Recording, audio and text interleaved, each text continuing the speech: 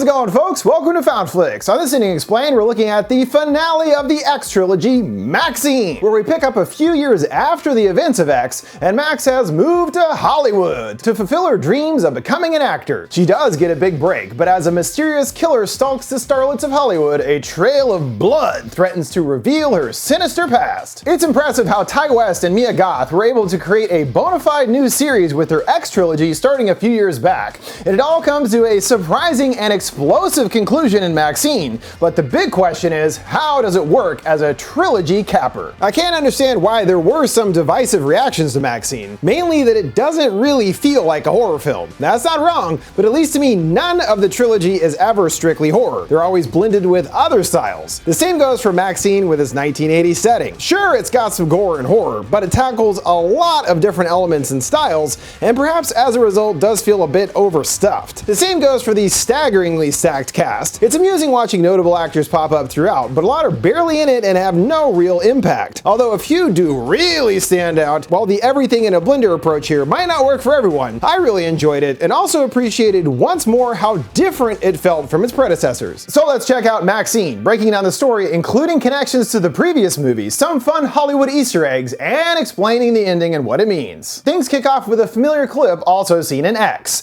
A projector wears on to footage of little Maxine dancing, and her dad eggs her on. "You're gonna be the star of the church one day." She sounds hopeful, and he tells her that you gotta work hard like you mean it, preach like you mean it, or it won't come true. He reminds her of the ubiquitous family motto, "I will not accept a life I do not deserve." Very good, he coos, and Max shows off a big proud smile, this phrase being what inspires and drives Max to do anything it takes to be a star. Relatedly, there's a quote from Betty Davis, "In this business, until you're known as a monster, you're not a star."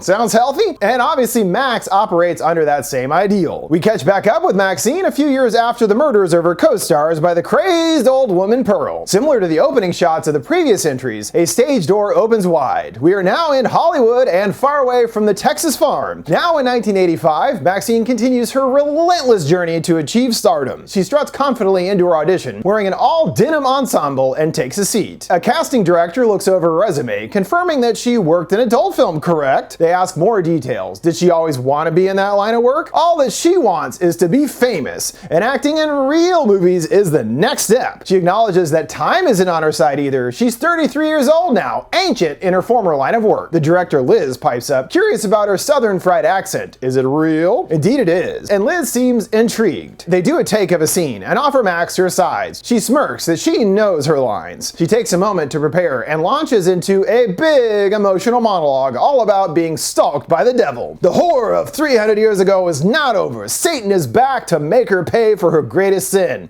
"The sin of living," she cries. The producer compliments her performance and immediately follows it up with wanting to see her tits. She obliges and the others all stare on approvingly. Yep, even when Max really puts herself into her performance, still gotta show the goods. Not that different from adult work, really, especially in the 80s. Hollywood, shithole, cesspool, hee. Who doesn't want to be a Hollywood star? Max must feel the audition went well, yelling at a bunch of other girls waiting outside to just go home. She nailed that. She hops in a convertible, complete with a vanity plate, and screeches out of the parking lot. A series of news reports fill us in on the climate at the time. Things like rising cocaine use, as well as a dominating satanic panic of the 80s. Dungeons and Dragons and Twisted Sister are evil. They're destroying the children. Yeah, whatever. Most relevant to our story is regarding a real-life serial killer from the time, Richard Ramirez, dubbed the Night Stalker, who was responsible for a string of murders at the time. Maxine arrives at a greasy strip club, the Landing Strip, right by the airport. Nice, always a sign of class. She navigates through the club, getting deeper and deeper into the bowels of the establishment. On the news, there's word of yet another victim of the Night Stalker, the latest in these evil and seemingly random slayings, leaving the citizens of LA on edge. Who could be next? Max gets dolled up for a show in a sexy nurse outfit. Amber joins her and invites her to a party out in the hills, promising there will be loads of rich guys. Max declines, saying she's gotta work. Amber tells her to suit herself, but she's gonna find a plastic surgeon and make him her husband. Max later comes home to the phone ringing, and it's her agent Teddy calling. He lets her down that she didn't get a part in a music video. She's not a big enough name outside of adult film. Max is frustrated by the catch-22. How can she build her name if she's never given a chance? He knows, but you know what they always say in unison, everyone loves an underdog. There is some good news, and she tells her friend Leon at the video store downstairs that she got a part part in Puritan 2. He's impressed the first one is sure to be a future cult classic,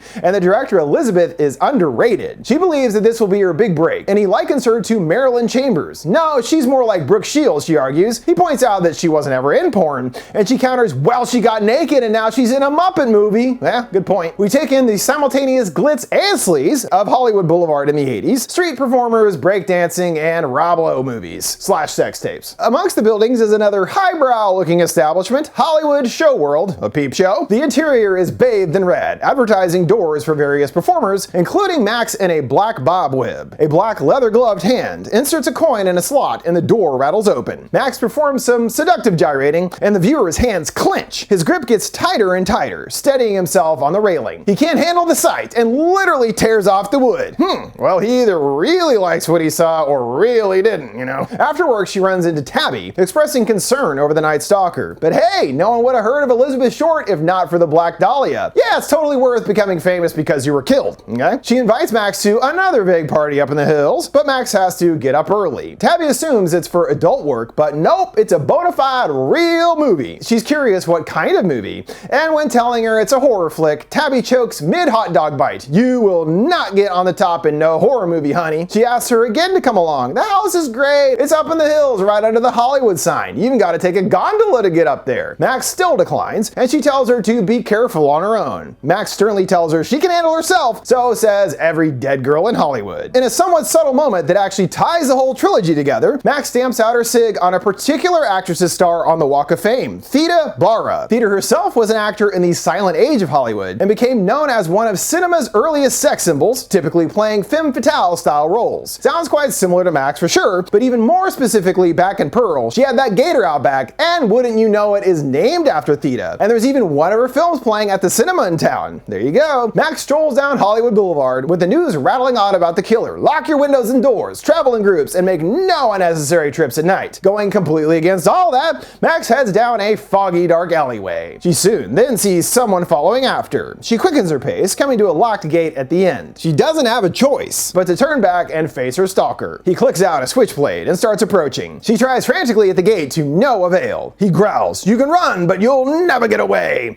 We then see his outfit, and I'm like, wait a minute, Buster Keaton? He's just about to reach her, and Max turns the tables, pulling out a gun. She shouts to drop it, Buster, and is curious what was he going to do anyway. Now sheepish, he stammers he was just messing around. She degrades him completely, asking him to strip down in the nude. She humiliates him further, forcing him to deep throat the barrel of her gun. She then tells him to get on the ground and asks, "Do you know what happened to the last person that tried to kill me? I crushed her fucking head." She elects to crush his family jewels instead, obliterating them into nothing with her stiletto. Youch! At this point I was like, okay, we're going full camp here. I'm okay with that. Speaking of her past adventures, Max soon learns that someone else is interested in digging up old wounds. At home, her and Leon are passed out watching The Puritan. There's a rap at the door and she finds a package waiting at her feet. She unwraps it, discovering a videotape inside labeled for Maxine. She pops it in the player, starting with a police evidence graphic, and see that it's raw footage from The Farmer's Daughters, the movie shot back in X. Leon notices and she tells him it's nothing, yanking the tape out quickly and leaving. He checks on her and she insists that she's fine, so he takes his leave. Clearly seeing the footage has rattled her good. When boarding by outside, he passes by a car nearby. A slimy gold-toothed PI Labat watches on along with his mysterious client in the back seat. Seeing those same leather gloves, we know it must be the same guy from the peep show. Labat says he's done his job and found the girl. If he still needs help, his fee is going to skyrocket. A videotape statics to life in a fancy yet foreboding house. We hear Tabby and Amber sobbing gently somewhere nearby. They slide a mirror door, revealing the girls blindfolded and tied up. They drag them out, kicking and screaming, them crying they didn't do anything. The camera guy then knocks on a green door. A dark figure approaches and grabs Tabby's face with his gloved hand. Static takes over again, Tabby screaming in terror. Maxine is unaware of her friend's fate and is preoccupied with her burgeoning career. She meets with a special effects artist, Sophie Thatcher, in a criminally small role. I'm almost like, why did you even bother? They need to do a live cast involving covering her face in latex to make a mold. She gets her face covered, completely stands a few nose holes, complete darkness taking over her vision. She sets a 10-minute timer, tells her to breathe, and leaves to fetch some more supplies. As soon as Max is left alone with only her thoughts, she flashes back to her time at the farmhouse and starts getting antsy. She remembers Pearl damning her that she'll end up just like her, and Max starts getting more more uncomfortable. Wrinkly hands reach over her shoulders and massage the goo. They then go for the neck. Max grabs at it and tilts back, sending the chair tumbling to the floor. She hurriedly wipes all the stuff from her mouth, gasping for air. The artist returns and rushes to her side, trying to get her to calm down. Meanwhile, a pair of detectives are put on the case regarding Tabby and Amber's murders. The theory is that it must be the stalker responsible, showing off satanic symbols branded upon each of them. Maxine is still shaken up and tries to collect herself, remembering someone getting blown away. A PA interrupts with a script and schedule, informing her Liz wants her back for a meeting later. He warns that she can be quite frightening. He saw her completely blow a gasket one time. He awkwardly stammers after, "I love your work." Yeah, thanks dude. She notices a note on her hood for a good time call along with a number. There's also a sheet of paper featuring several people, not quite making out the details just yet. She calls a number and Labat threatens her into meeting up, unless she wants to end up rotting in a Texas jailhouse. He calls her by her real last name, Miller, seeing that page is a copy of a yearbook from her youth. There's also a load of protesters outside the studio who are adamantly against horror flicks. No more smut, a sign proclaims. What's interesting here is that amongst the protesters is one guy wearing a shirt featuring someone that sure looks like Lorraine. That, along with his sign indicating Satan stole his daughter, implies that he might actually be her father. Now, much deeper into making this video, I don't think there's any question that is Lorraine's dad, meaning he is searching for vengeance for losing her, and Max could be seen as being responsible. Maxine meets Labat in the flesh at a high-rise restaurant. He admits that he was hired to find her, but refuses to name his employer's identity. She stays guarded, and he rattles off the names of everyone killed at the farm. Any of them ring a bell? He sneers that the past isn't finished with her. It's gonna keep knocking until you let it in. She fires back. She's not saying she had anything to do with that, but even if she did, there's no way he can prove it. He wonders if what happens weighs on her as a Christian, the guilt that she survived and that they didn't. But he shrugs, it's showbiz, not show friends, right? She tries to bribe him, and he says that it is not about the money. It always is, she retorts, and he agrees, perhaps for whores like her and him, but not his employer. She cannot buy her way out of Retribution. He then hands over an address for a party later that night she is asked to attend. He doesn't care himself either way, but suggests that she attend, or else that movie might wind up all over the news. Perhaps there is such a thing as bad press after all. Maxine arrives home, so the detective is waiting for her and wanting to ask some questions. They show off pictures of the girls, saying that she was one of the last to have seen them alive. Max is horrified. Did something happen? They prod her to answer. They were your friends, right? But Max isn't opening up, growling that she doesn't talk to police. She's hopeful to get some more information regarding that tape, and Leon offers to look into it as much as he can. Whoever it is behind all this is making it clear just how dangerous they are. She tries to put it aside, remembering running right over Pearl's head. She snaps back to reality and is stopped at the security gate. The guard is played by none other than Larry Fessenden, an indie horror producer that has been making stuff for decades.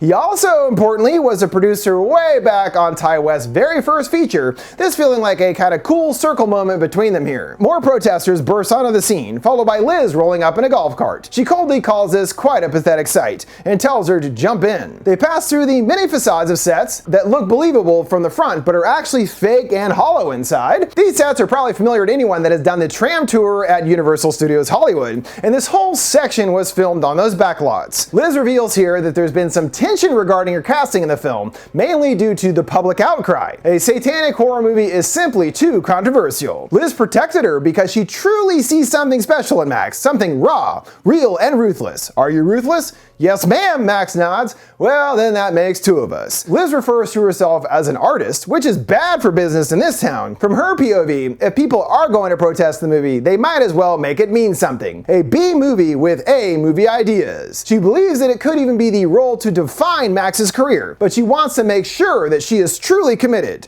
Are you willing to do whatever it takes? I am. As if your life depended on it? It does, Max sighs. Very well, Liz concludes. We'll show them all together in a beautiful bloodbath. They arrive at an even more familiar location, the Bates Motel and Mansion from Psycho. I'm fairly certain this is actually the original set from 1960 and has been moved around the backlot a few times. At least for a while during horror nights, you could get off the tram and actually see it up close and personal. Pretty cool piece of history there. Max approaches the house, looking on edge. Liz continues rambling, but Max is still transfixed. She stares up to the window, seeing Pearl in Norma Bates' place. Liz snaps her out out of it, and Max looks back to the now empty window. Definitely not totally over what happened in the past. Liz can feel that she is elsewhere and doesn't mince words. Max has been lucky enough to make it into the belly of the beast. To stay here, you must eliminate all other distractions. If you take your eye off the prize for even a moment, the beast will spit you back where you came from, and you'll never get a taste again. Yep, we can see that Max is going to have to face her past before she can truly move on, or really miss out on her one chance at stardom. In the car, the one and only Casey Kasem cues up the theme from St. Elmo's Fire, and Max notices someone on her tail. She puts her car in park, seeing it's John shooting her on a camcorder. She takes her keys, turning them into metal claws, and beats the absolute hell out of him. She warns that if she sees him again, he's dead. And he's understandably pissed too. Now things are personal. You're gonna lose more than your job now, girl. In desperation, Max seeks help from Teddy, her entertainment lawyer, and spills the beans about what she did. He is shockingly very supportive, assuring her that Teddy has everything under control. She just needs to focus on her performance. Capiche? He then tells her to stand up tall and strong. You're Maxine Minx. Go learn your lines and keep your mouth shut. Max then goes through the script, highlighting her lines, and sets out a gun on the nightstand. Downstairs at the video store, Leon is all alone reading Fangoria. The bell jingles, and it's just some creepo looking for smut movies. We don't do that anymore, Leon groans, sending him on his way. He doesn't notice the other man stepping out of the shadows behind him. In an incredibly faithful recreation of a Giallo-style kill, the man goes for Leon's massive hunting knife. He swings, slicing the back of his neck. He then follows him to the ground and keeps brutally stabbing poor Leon. He feebly tries to crawl away, and the Giallo homage is going off the charts. The killer stabs him deep in the back, the blade repeatedly coming down, blood splattering all over the VHS tapes. When he rolls over, the killer spots his upside-down cross earring and yanks it right out from the hole. Seems this killer is perhaps overly religious. That sound like anybody we know in the story? Now word from this week's sponsor, Rocket Money. You know, nowadays we all have so many subscriptions that it can be hard to keep track of them all. My biggest problem is signing up for free trials and forgetting to cancel them in time. It's annoying and those charges stack up. Fortunately, Rocket Money is a personal finance app that helps find and cancel your unwanted subscriptions, monitors your spending, and helps lower your bills so you can grow your savings. The app is great as it lets you see all your subscriptions in one place, so you know exactly where your money is going. And canceling them only takes a few taps. I also like that the app can help you make a personalized budget with categories to break down your bills and keep your spending under control. Rocket Money has over 5 million users, and it saves a total of $500 million in canceled subscriptions, saving members up to $740 a year when using all of the app's features. So stop wasting money on things you don't use. Cancel your unwanted subscriptions by going to rocketmoney.com/ending. That's rocketmoney.com/ending. rocketmoney.com/ending. In the morning, Max is awoken to a call from Teddy regarding John, and he is no amateur. She's then drawn to the window by horns honking, seeing the cops are back. A crowd is gathered around just outside her door. The detectives spot her and give her a big old stink eye. They roll out the body, and Williams rolls down the blanket so she can see for herself. Leon is dead, now sporting a satanic brand as well. Max is finally affected by the loss and wants to run for him, but the cops hold her back. The killer is definitely getting more and more personal. At the police station, Williams shows off the bodies from before that were found yesterday. She asks if she's aware of the Night Stalker, although Williams thinks these weren't actually by the stalker, but rather a copycat set up to mimic his style. She points out the common factor here is her, but why? And if 3 of her friends turned up dead in 3 days, she'd be scared. Is she? She stays tight-lipped, sniffling that she can't help. Williams tries once more to appeal to her. That could be you on the slab, but it's not, and she wants to leave. Williams chases after, and Max shrieks, what is she supposed to do? Help save the next girl's life, please, Williams begs. Max coldly responds, maybe they should have saved themselves. She did. On set there, in the middle of filming a scene featuring Molly, the lead from the first Puritan film, she takes a bite of an apple in a stormy forest and blood fills her mouth. Liz calls cut and fixes the blood to her liking. Maxine storms in and apologizes for being late, and Liz draws a hard line. Time is the most precious thing in life. If she wastes hers again, the second best girl can be flown out here instantly to take her place. Max gets it. She takes her to introduce her to Molly, everyone winding up with blood all over their hands. Appropriately. Max talks further after shooting at Molly's trailer, and she gushes over Liz. Do what she asked and you'll get loads of jobs. At least she's a working actor. Plus, there is her classic face being burned to a crisp pose. She shows it off, and Max doesn't quite know how to react. Impressed or confused? Somewhere in between. Molly says she has to leave to get all the blood off of her for a party later that night, and guess where? Up in the hills. Sensing a pattern here yet? She offers that girls have to look out for each other in this business, but instantly proves that she's full of crap, calling her Nadine. Max wanders off onto a western set and turns back to John standing there in an oversized suit and bandage on his nose, looking like he leaped right out of Chinatown. He tells her that it's time to pay for her sins, showing off a piece in his trousers. She makes a break for it, rushing behind the facades. In a store set, the door is locked, and John tackles her, toppling a display. The other door is luckily open, and she darts through more faux buildings. And I could be wrong, but this square sure looks like the old Hill Valley set, which burned down a few years back. She ascends the steps outside the Bates mansion and holds up inside. John makes it up, heaving and out of breath. He stomps to the door,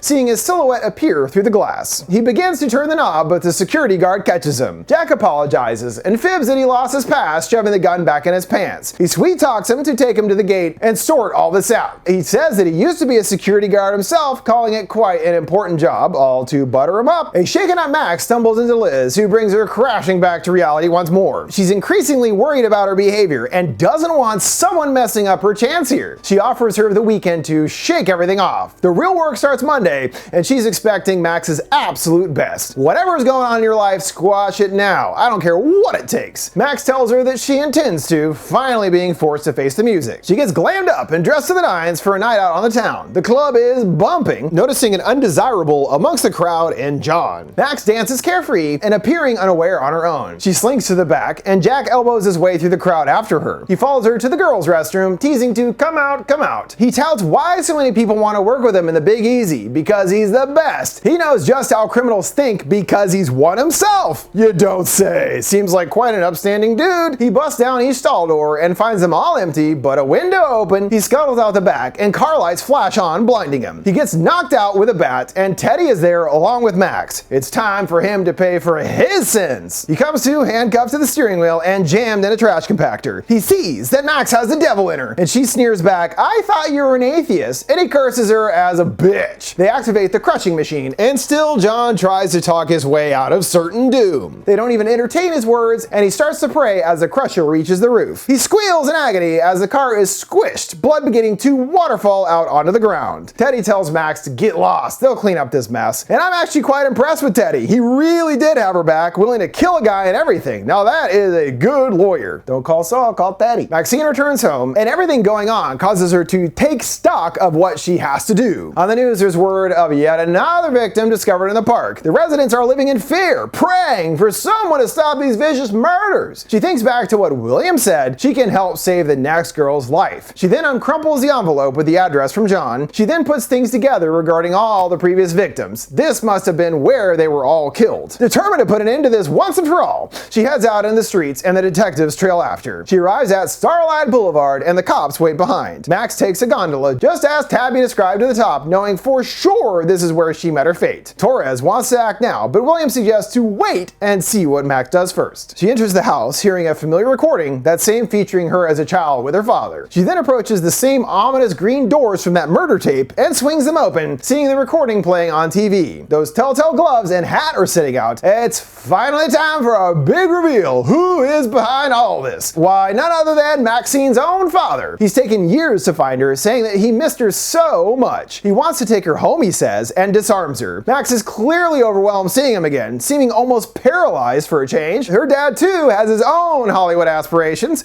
He wants to make a film with her as a star. Hollywood stole her like so many other children. It's that Satan on the TV, brainwashing the youth and turning them into deviants. Tell me about it with your MTV and your Tab sodas. Madness. Evil. He joined up with a bunch of other grieving parents to expose the devil once and for all. He growls that she's got Satan in her, and he is gonna take him out. In fact, it's the climax of the film. Max keeps backing up and reaches the top of a staircase. She bumps into a piece of luggage, spilling out its contents. Molly's dismembered corpse cascading down the stairs. Her head, of course, frozen in her signature scream. Even in death. Wow. Her dad gets a plastic bag over her head, rendering her unconscious. Then there's a flashback of sorts, showing us footage after Max's Puritan 2 audition. She flat out tells him they should cast her in the movie. Liz wants to know why. Well, because I'm a star. Ain't nobody else like me. The whole world is gonna know my name. Well, you're right about that. Several large spotlights turn on, and Max finds herself tied to a palm tree surrounded by other cult members all donned in robes, while others are manning TV cameras and boom mics. Her dad joins them, and Max has no idea what's going on. He chuckles, don't be frightened. He's going to give her what she's always wanted. He's going to make her more famous than anything Hollywood could provide. As As for her friends, he in his mind tried to help them, but they wouldn't accept God's love, so he punished them with his wrath,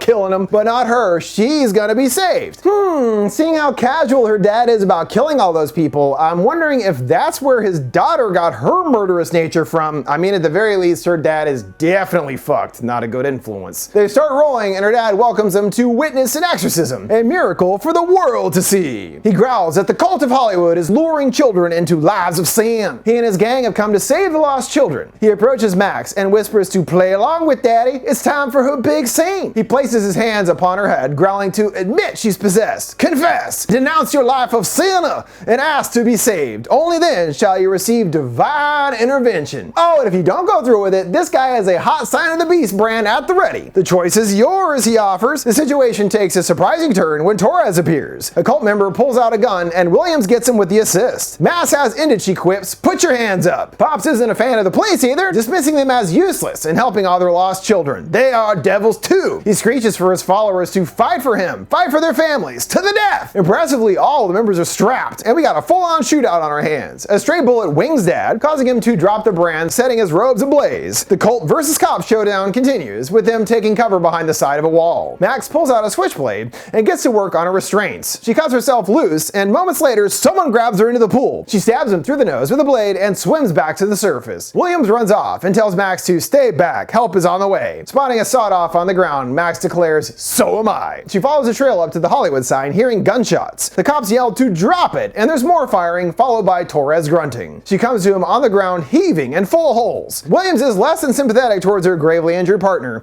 telling Max to put pressure on the wounds and chases off after her dad. Torres laments that he's been in LA for 30 years and has never been up here before. He grabs the sign, moaning he wanted to be an actor once too, and dies. Poor bastard. There's more gunshots and Max follows the sound. Williams appears with a cross jammed in her eye. I told you I'd get him, she heaves, only to trip and comically rolls down the hill. Okay then, so much for the cop saving the day. It's all up to Maxine. She comes to her dad, also in bad shape, on the ground. He croaks. He tried to give her what she wanted, to be just like her daddy, but he created a monster. He begs for forgiveness. Failing a child is the greatest sin of all. A helicopter arrives on the scene, blinding them with a searchlight. A voice tells them they have her surrounded and tell her by name to drop the gun. How would they know her name? Dad finds her a vision in this light, a beautiful, shining star. We're interrupted by breaking news. The horrifying saga of the stalker has come to a close. He has been apprehended and is in custody. They also take it to an interview with Max, the star of Puritan 2, along with Teddy. The interviewer is impressed. She's become quite the celeb outside of the movie business. She took out a serial killer of her own, and it was none other than her father. She describes it as a harrowing experience, thanking God for orchestrating everything. We fly through the viewfinder to the night of the big premiere of Puritan 2 at the Chinese theater, and everyone is shouting Maxine's name. She climbs out of the car to rapturous applause, and Max blows them grateful kisses. She chats with a reporter, asking how she's feeling after being in one of the biggest movies in America. Max admits all this is tough to put into words, and it's brought up that she actually sold her life rights to be made into a movie directed by Liz. Wow, blowing up. She asks if Max has any advice for young girls at home that want to make it big. Never give up. You gotta be willing to do whatever it takes. She stares down the lens and brings up a phrase that her dad always used. We're then back with her dad and her at the sign,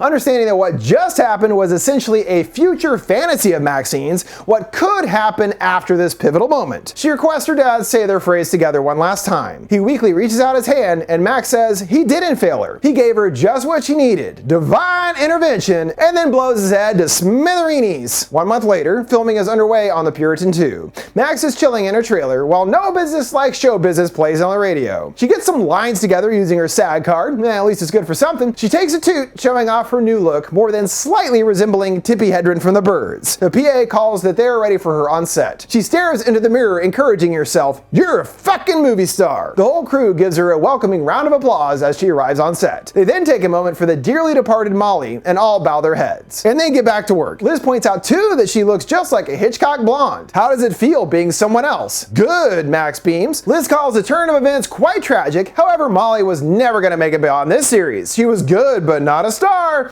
Gotta have that X Factor, baby. She invites her over to check out the shot, a dream sequence featuring her disembodied head. Max smiles. It looks so real. Liz is curious. For real this time? Now that everyone knows your name, what will you do next? Max dreamily states she just never wants it to end. So where we leave Maxine, we aren't quite sure how things will turn out for her, and her fantasy a while back is certainly quite outlandish. So what does does her future hold? Well, now she at least is in a much better place than she has ever been, ever since her journey took a deranged turn due to the events of X. She has also finally confronted and dealt with her past, not just what happened on Pearl's farm, but also her overbearing zealot father. A solid way of showing us is via the head at the end. We remember earlier when Max was put through the mold making process, and it was her memories of Pearl that caused her to freak out and lose it. However, seeing the completed head here at the end means that Max went through the process again, but was successful this time, ho ho! As in now there isn't any more lingering memories that are causing her trauma. It appears that it's all truly behind her now. This does bode well for Max's future career, as the big struggle here has been the personal distraction she's had keeping her from her work. Now she really has every opportunity in the world to really make a name for herself, and we know that she ain't giving out no matter what. She can finally achieve the life she deserves after all she's been through. That brings us to the conclusion of this ending explained from Maxine. And if you have any requests, I'd love to hear them. Leave them in the comments or send them to me on my social media. And hey, why not check out this video over here and keep the explaining going. Thanks for watching FoundFlix. See you next time.